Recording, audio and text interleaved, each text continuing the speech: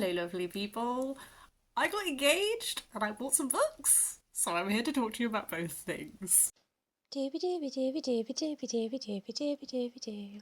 Dooby dooby dooby dooby dooby dooby dooby dooby Sophie vlogs. If you only want to hear about the books, do feel free to skip ahead to the point in this video which I'm holding a book. I just thought I would briefly just chat about I got engaged. The time this goes up, this will be a few weeks in the past, but at the point I'm recording it, it's very fresh and new, so I'm very much still very excited.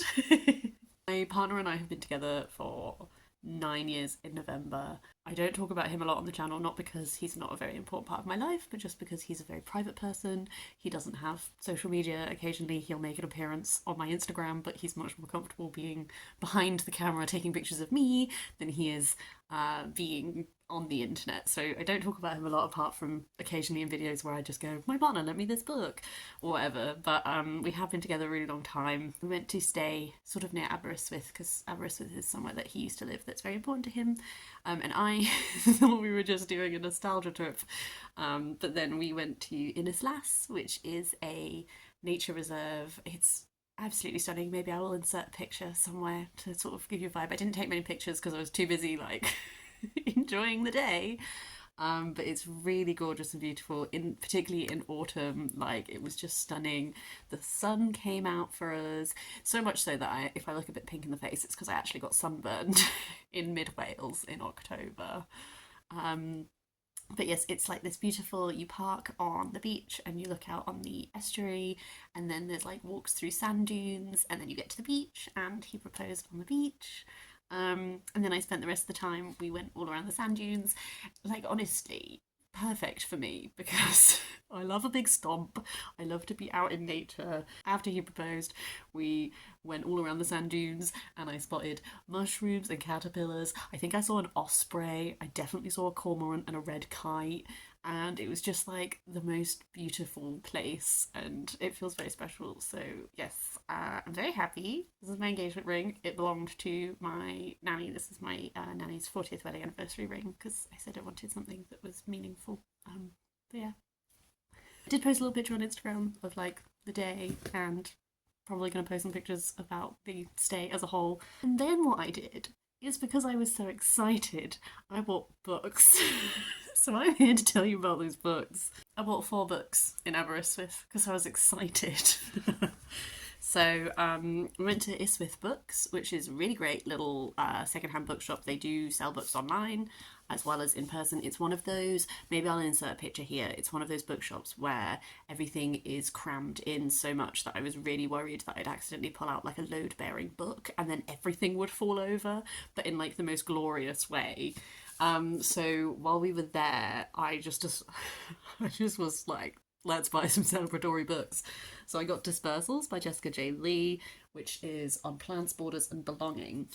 I really love Jessica J. Lee. Her Two Trees Make a Forest is a really wonderful piece of nature writing that's about Taiwan, and also a lot about the memory aspect is her grandfather who had dementia, but also there's quite a lot about language.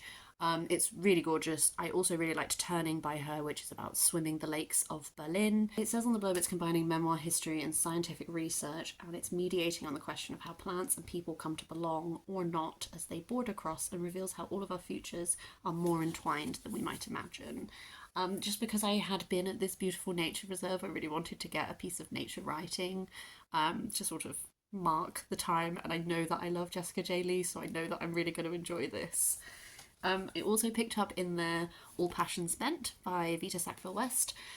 Someone recommended this once, or someone on BookTube read it and enjoyed it, and I don't remember who that person was, but it did stay with me, and I know a bit about Vita Sackville West, like Testament of Youth and all that, but this sounds really interesting. But in 1860, this young woman, she wants to be an artist, but instead of being an artist, she marries like the Earl of Slade and they have loads of children together. And then in later life, after he has passed, I believe when she's about 70, she sort of rediscovers that part of her life and sort of has It says at the last, Lady Slane finds at last, in this world of her own, a passion, one that comes with the freedom to choose this, her greatest gift, she passes on to the only one who can understand its value. And then on the blurb it also says, in fictional form, Vita Sackville West makes a passionate plea for the right of every woman to become an artist and simply to be herself. And I think that sounds really interesting, so I'm really excited to read this one. Hannah Squires, who I follow on Instagram, who runs the Pre-Raphaelite Society, really loves Vita Sackville West, along with Virginia Woolf.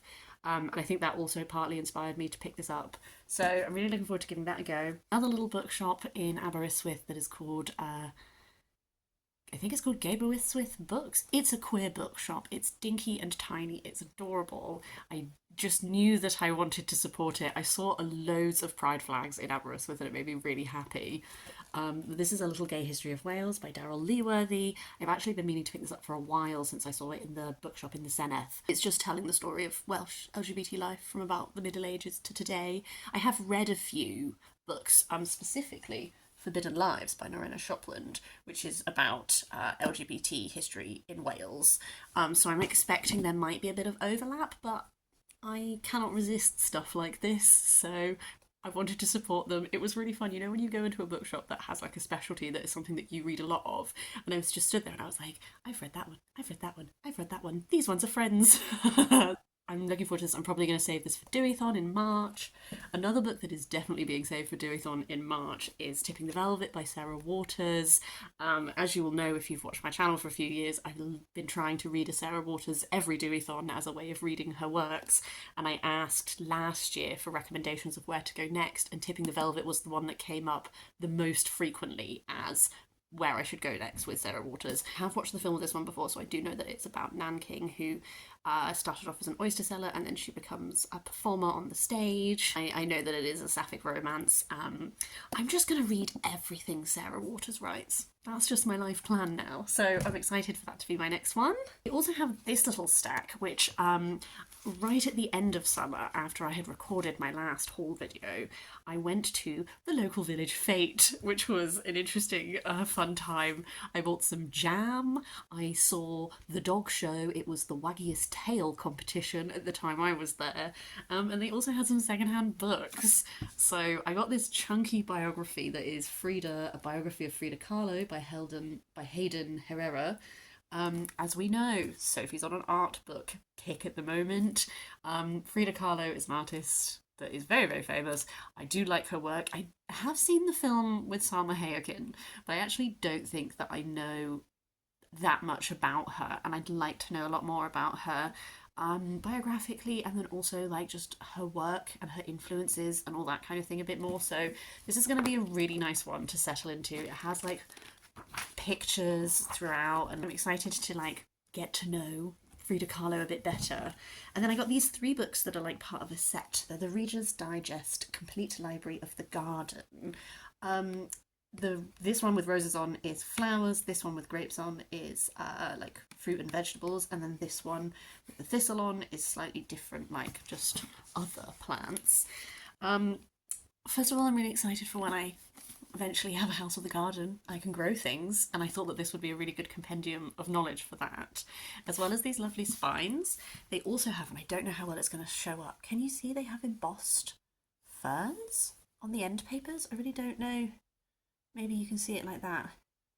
But it is stunning, and it has all of these beautiful full colour like illustrations throughout, and it's just got a lot of very practical information about putting together a garden and when to plant things, how to grow things, all of that kind of thing. I really do look forward to the time when I'm actually able to put some of this into practice. I also have a few books that are actually belated birthday presents, because again, I thought when I recorded my other haul that we were done with birthday presents, but we weren't. So my brother always buys me interesting history books. He gave me Unruly by David Mitchell, which is a history of England's kings and queens, and this is David Mitchell, the comedian. I've never read any of his actual writing, so I'm intrigued. I wonder if it's going to be in any way amusing or if it's pure factual. I do think I know quite a lot about kings and queens of England, so I'll be interested to see if that gives me any new tidbits. And then also Ladies Can't Climb Ladders, The Pioneering Adventures of the First Professional Women by Jane Robinson. And unbeknownst to my brother, I like Jane Robinson. I've read a few of hers by now. I think my favourite was Blue Stockings, which was about the history of the first women to go to university in universities in England. But I've also read her book about the history of the WI, and I did read her book about women travelling. I liked that one the least because it was a bit more of just like entries of like a little bit more of just like less of a narrative, more just like fact, here this thing happened, and then different person, and then, you know, like a little potted Wikipedia kind of thing.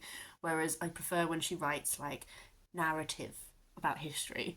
But yes, so I'm excited. I didn't even know that this book was out, so I'm excited to do another Jane Robinson sometime. I went down to visit my friend who lives in Plymouth, and we went to another adorable little secondhand bookshop, and we were talking about Agatha Christie because my friend had never read Agatha Christie, but me and my other friend who were there are really big fans. So I found Murder is Easy, which I've never read before. So my sweet friend bought it for me as a belated birthday present, and then she also bought a Halloween party for the other friend who was there, and then we have told her to try and get her hands on And Then There Were None as her first Agatha to give it a go. And I know that you watch my videos, Carly, so thank you very much. I'm excited to read this one. I actually don't really know what this one is about. So Luke Fitzwilliam laughed at the old lady's story of a murderer loose in her village, then she was killed the very same day. So it's another little quiet little village, someone gets murdered kind of vibe, as so many Agathas are. But she is my most read author, and I do just want to read all of hers over time. So next time I have a hankering, that's where I'll go. And then my lovely friend who lives in Canada came over to visit, and I had bought her birthday presents and hadn't told her. So then she was like, well, I have to buy you some books now. And she very kindly got me the Iliad, Emily Wilson's translation, because I told her how much I wrote my part of my dissertation on the Iliad. I did, in the middle of Topping and Company books in Bath, I did do like a potted encapsulation of what the Iliad is, that I think might have been some of my best summary work to date. If you don't know, the Iliad is part of the story of Troy. I adore it, and Emily Wilson's translation of the Odyssey is really fantastic, so I'm really excited to read her translation of the Iliad. I've read her Odyssey is literally there.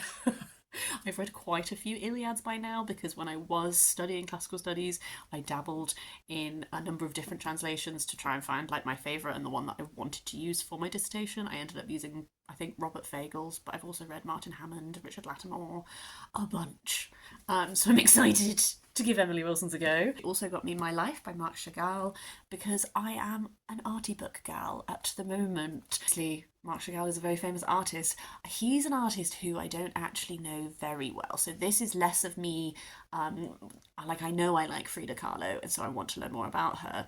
This is, I know that this person is a very famous artist. I'm not very familiar with them, so I would like to learn a little bit more about them in sort of their own words. It sounds like he had a really interesting life. So he grew up in a close-knit, bustling Russian Jewish community, and he left his homeland in 1922, and he moved to Belle Epoque, Paris, and I just think I'm excited to learn more about this interesting artist. After that is Whispering Hollow by Rachel Burge.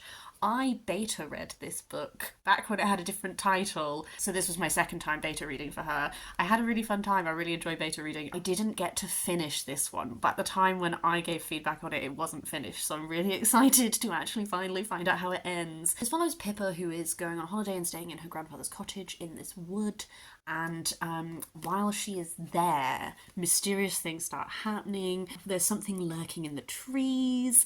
It becomes quite a like dark and twisty adventure. It says on the back that it's perfect for readers aged 9 and up.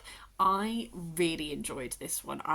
What I read of it at the time, I found it very atmospheric. This is a perfect book for autumn, as you can tell from the cover. I think something that Rachel Burge does really well is like setting scene and atmosphere and creating a real like mood and tension and that kind of thing. I just really enjoyed where this story was going, and I'm really excited to find out more about it.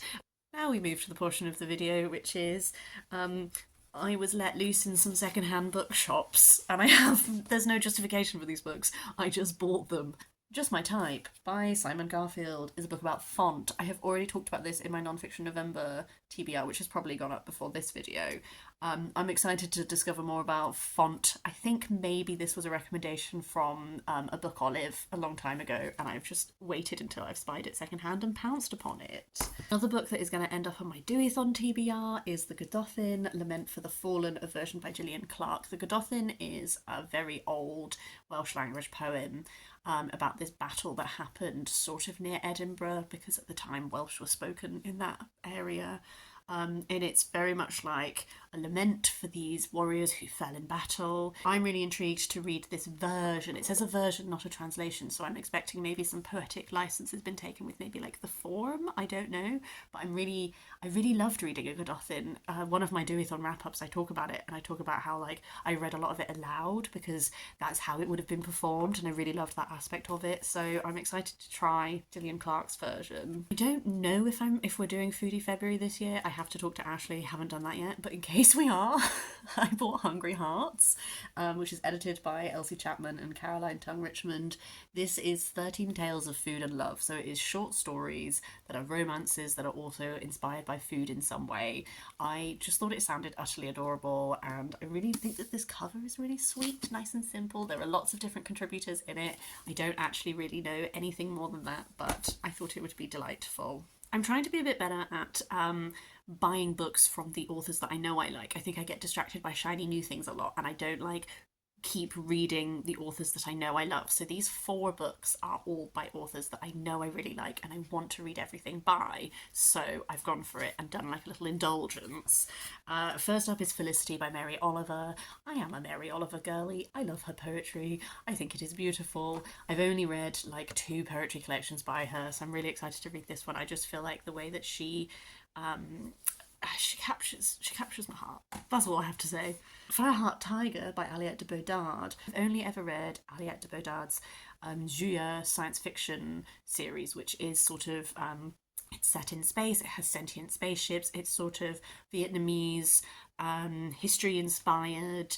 It's really fab and I really like it, but I would also like to try some of her other writing. This is like, it's very, very small, but it's more fantasy. It's set in a pre-colonial Vietnamese inspired world. And this princess is sent away as a hostage to a child, and now she has returned to the imperial court, is trying to be a diplomat, but there is, I think, someone from her past who she had a romance with. It's very, very small. It sounds very interesting. I like Aliette de Bodard's shorter fiction for sure. Another author who I love that I just want to read everything by is Sylvia Moreno Garcia.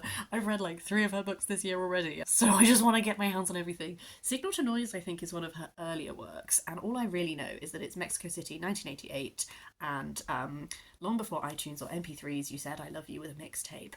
I miss making mix CDs. I listened to tapes when I was a child, but I'm too young to have actively made mixtapes, but I definitely made mix CDs, and I had a little tape player when I was a child, and I would steal my parents' mixtapes while I played with my Barbies and listened to like a weird combination of like Tori Amos with Black Sabbath and all that kind of thing, because that was the joy of being able to raid physical media, is you were just like, let's see what's on this tape, and I have really precious memories of that. So I already think that aspect of this is very much going to appeal to me. It's like a dual timeline. So in 1988, this girl is learning how to cast spells using music, and the future looks really bright. And then in 2009, she returns for her estranged father's funeral, and I guess that there's going to be some fallout from this magical past and all that kind of thing. I want to read everything Sylvia Moreno Garcia has published, so just excited. And then I also picked up Books and Islands in Ojibwe Country, Travelling Through the Land of My Ancestors by Louise Erdrich. I'm currently reading Louise Erdrich while I'm recording this. I'm reading The Sentence, which is my 3rd of her works. I really love how she writes, and I definitely This is my 3 for 3. I'm having a great time. I'm really enjoying it. This is her non-fiction, and I've not read any non-fiction by her, and so this is why I wanted to go here next. It says that she's taking us on an illuminating tour through the terrain her ancestors have inhabited for centuries. Journey links ancient stone paintings with a magical island where a bookish recluse built an extraordinary library, and she reveals how both have transformed her. And it's called a blend of history, mythology, and memoir. So you find an author and you're like, yes, clearly what you're doing really works for me. Thank you to whoever recommended Louise Erdrich to me. Someone did. Someone recommended The Night Watchman specifically. I'm so sorry to have blanked on who that was, but thank you, because you've really set me on a path and I'm thoroughly enjoying it. Final 3 books. These are all impulse purchases. Sudden Death by Alvaro Enrique. Actually, I picked this up because Sarah, I'm currently forgetting your handle, but I will link you down below. Sarah was talking about Alvaro Enrique on her channel, and he sounded so interesting. He was kind of already on my radar, but when you have something that's on your radar and then someone talks about it really interestingly, and you're just like, the time is now. This just sounds so cool. So Caravaggio and the Spanish poet Quevedo are settling scores in a tennis match. Across the ocean in early 16th century Mexico, the Aztec Empire is under the fatal grip of Hernan Cortez and his Mayan mother. Course of history throwing the world into a reverie of assassinations, executions, papal dramas, carnal liaisons, and artistic revolution. You read a summary and you're like, I've never read anything like this. I need to immediately understand what this is. That's how I feel about this book. If I Don't Know by Wendy Cope. I do love Wendy Cope's poem, The Orange. I don't mean to be a basic girl, but I know loads of people do. I do too, and I'm not ashamed of it. Have I read any other Wendy Cope? No. Changing that. Saw this in a secondhand shop. Thought to myself, today is the day I discover more about Wendy Cope's poetry. And then finally, Song of Q by Nguyen Du. This is part of my trying to read seminal foundational texts from countries across the world. So this is a Vietnamese classic that is basically, it's this central myth that recounts the tragic fate of the beautiful singer and poet Q, who agrees to marry to save her family from debt, but is tricked into working in a brothel. It sounds really cool. It's the story involves kidnap, war, jealous wives, and rebel heroes. She will become a queen, wife, nun, slave, victim, and avenger, surviving through the strength of her words and her wits alone. This is translated by Timothy Allen. I just think that sounds really cool. If you have any recommendations for other foundational texts that I should check out, do let me know. I do have a few that are already on my radar because Jean's Bookish Thoughts did a video, which I will link down below, that was really interesting, and pretty much everything she talked about on there is on my list to read if I haven't already, but it's just an area that I'd like to dabble in a bit more. Those are all the books I wanted to talk about. I'd love to hear your thoughts on any of these. I am just in a little happy bubble currently. I want to try and sort out our living arrangements before we actually look at properly getting married, but it's just exciting, isn't it? You talk about something I'm just very excited, and I don't need to justify it. I keep rambling away and being blah blah blah, and it's just no, it's fine, this is an exciting life event and I can be excited about it. But yes, I hope that everything is wonderful with you guys and you're all doing really super well. I will see you again for something different.